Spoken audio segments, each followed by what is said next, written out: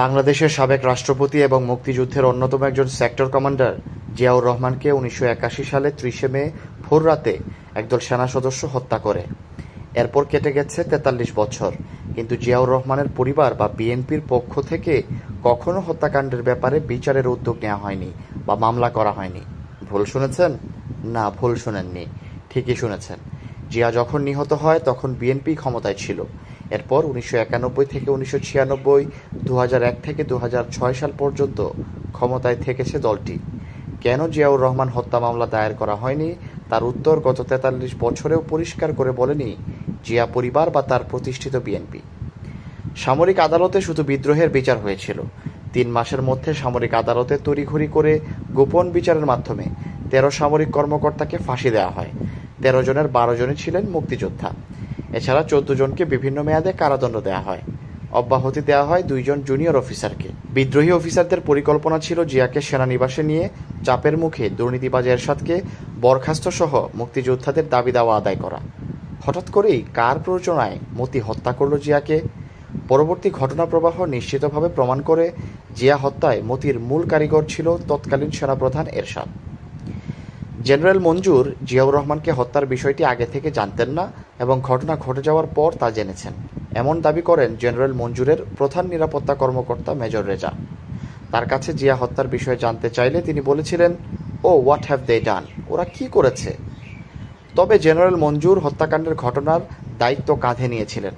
সকাল থেকেই জেনারেল মঞ্জুর সকলকে ঐক্যবদ্ধ রাখার জন্য সেনা কর্মকর্তা এবং সৈনিকদের বিভিন্ন ব্যারাকে ঘুরে ঘুরে বক্তব্য দিয়েছেন। সেনা প্রধানের পদ থেকে জেনারেল এরশাদকে অপসারণ করে জেনারেল মঞ্জুর বা অন্য কোনো মুক্তিযোদ্ধা অফিসারকে ওই পদে নিয়োগ দেওয়া হোক, এরকমটাই চেয়েছিলেন বিদ্রোহে জড়িত সেনা কর্মকর্তারা। তার প্রমাণ পাওয়া যায় বিপ্লবী পরিষদের ঘোষণায়। জিয়াউর রহমান হত্যাকাণ্ডের পর ৩০ মে জেনারেল মঞ্জুর চট্টগ্রাম বেতার থেকে কয়েকবার ভাষণ দিয়েছিলেন।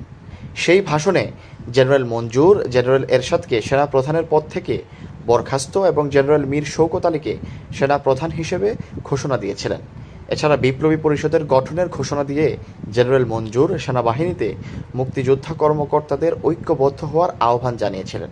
রাজধানীর বাইরে চট্টগ্রামে রাষ্ট্রপতিকে হত্যা করে সেখান থেকে ঘটনার সাথে সরাসরি জড়িতরা রাষ্ট্র ক্ষমতা দখল করতে চেয়েছিল এমন পরিকল্পনার ইঙ্গিত পাওয়া যায় না। তাহলে কেন তৎকালীন রাষ্ট্রপতিকে হত্যা করা হয়েছিল? সেই প্রশ্নের জবাব এখনও অজানা রয়ে গেছে। তবে সেনাবাহিনীতে মুক্তিযোদ্ধা অফিসারদের কোণঠাসা করে অমুক্তিযোদ্ধাদের গুরুত্ব দেওয়ার কারণেই সেনাবাহিনী ২ গ্রুপে বিভক্ত হয়ে পড়ে। হত্যাকাণ্ডে সরাসরি জড়িতদের মধ্যে কর্নেল মতিউর রহমান ছিলেন মুক্তিযুদ্ধে বীর বিক্রম খেতাব পাওয়া এবং লেফটেন্যান্ট কর্নেল মেহবুবুর রহমান ছিলেন বীর উত্তম খেতাবধারী। আর মুক্তিযুদ্ধে অবদানের জন্য জেনারেল মঞ্জুরও বীর উত্তম খেতাব পেয়েছিলেন। মতিউর রহমান এবং জেনারেল মঞ্জুরের মধ্যে ঘনিষ্ঠ সম্পর্ক ছিল। এছাড়া মেহবুবুর রহমান সম্পর্কে জেনারেল মঞ্জুরের ভাগ্নে ছিলেন।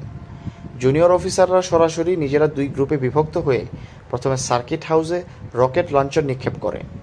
গুলির শব্দ শুনে জিয়া রুম থেকে বের হয়ে এলে কয়েকজন অফিসার তাকে ঘিরে দাঁড়ায়। হঠাৎ করেই ওই সময় লেফটেন্যান্ট কর্নেল মতিউর রহমান মাতাল অবস্থায় টলতে টলতে জিয়া কোথায় বলে সিঁড়ি বেয়ে উপরে আসে এবং পলকেই গজখানেক সামনে থেকে তার চাইনিজ 10 গানের এক ম্যাগাজিনে থাকা ২৮ গুলি জিয়ার উপর চালিয়ে দেয়। জিয়ার পুরো শরীর ঝাঁঝরা হয়ে যায়। উপস্থিত অন্য অফিসাররা ঘটনার আকস্মিকতায় হতবাক হয়ে যান। তারা কেউ কোনো গুলি ছুড়েননি। ২-১ অফিসার কি করছেন বলে চিৎকার করে ওঠেন। জিয়াকে হত্যার পেছনে লেফটেন্যান্ট কর্নেল মতির ক্রোধ ও আক্রোশের কারণ ছিল। ১৯৮১ সালের মে মাসের প্রথম দিকে, অর্থাৎ হত্যাকাণ্ডের কদিন আগে, আমেরিকায় সামরিক প্রশিক্ষণে মনোনয়নের জন্য তৎকালীন lieutenant colonel Motiur Rahman, lieutenant colonel Imamuzzaman ও পাকিস্তান প্রত্যাগত লেফটেন্যান্ট কর্নেল সাখাওয়াত হোসেন সহ ৫ জনকে একত্রে সেনা সদরে বাছাইয়ের জন্য ডাকা হয়।